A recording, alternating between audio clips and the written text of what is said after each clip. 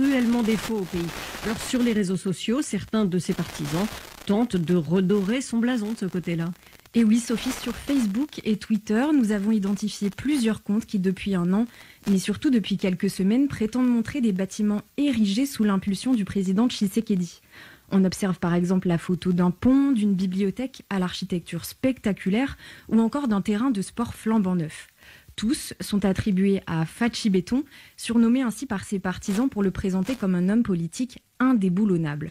En réalité, vérification faite, vous avez remarqué que nombre de ces ouvrages n'ont pas été édifiés en RDC sous le mandat de Félix Tshisekedi. Eh bien non, même si l'actuel président a effectivement lancé plusieurs projets d'infrastructures, notamment routiers, les images n'ont rien à voir avec la République démocratique du Congo. Ces ouvrages ont tous été bâtis dans d'autres pays. Vous pouvez nous donner quelques exemples ? Oui, par exemple sur la photo du pont qui circule de façon virale depuis le 20 octobre, on aperçoit des ouvriers du bâtiment et une pelleteuse aux abords d'une route, bordée par une douzaine de lampadaires. Un message en légende de cette image prétend qu'elle a été prise à Mbuji-Mayi, une ville située au centre de la RDC. Fachi Béton, ajoute l'auteur de la publication, pour attribuer la réalisation de ces travaux à l'actuel président congolais. Mais il s'agit en réalité d'un pont situé en Côte d'Ivoire. Mais alors comment est-ce que vous pouvez en être sûr ? En effectuant une recherche d'images inversées, on a retrouvé la photo du pont dans des articles de presse ivoiriens rapportant son inauguration en Côte d'Ivoire en 2015. La recherche d'images inversées, c'est un outil numérique qui permet de retrouver les premières occurrences d'une image sur Internet.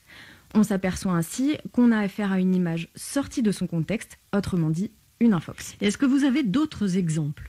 Avec la même méthode, on a découvert que cette bibliothèque immaculée étendue sur plusieurs étages, qui circule également sur les réseaux sociaux comme une réalisation du président sortant, se trouve en réalité dans la capitale chinoise, Pékin.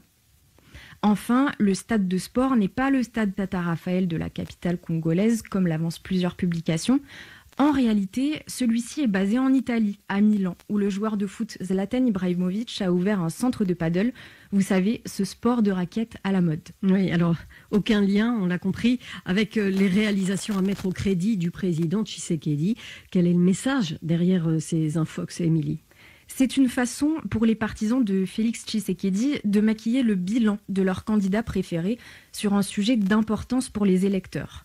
Dès le début de son mandat, en janvier 2019, Fachi Béton a mis l'accent sur d'énormes chantiers routiers et d'infrastructures, prévoyant notamment la construction d'hôpitaux, d'écoles, de bâtiments publics, de routes. Il a par exemple annoncé le programme des 100 jours qui prévoyait la construction de milliers de kilomètres de routes. À ce jour, d'après les calculs réalisés par l'ONG Centre des recherches en finances publiques et développement local, qu'on a contacté, environ 300 km de routes ont été réhabilités sur plus de 3000 annoncés. En revanche, l'ONG observe que de nombreuses écoles ont été bâties à travers le pays, alors que des centaines d'autres sont toujours en cours de construction. Alors les partisans du président ne sont pas les seuls à répandre des infox. Nous aurons l'occasion d'y revenir dans nos prochaines émissions d'ici le vote du 20 décembre. Merci à vous, Émilie Béraud, journaliste à l'AFP Factor.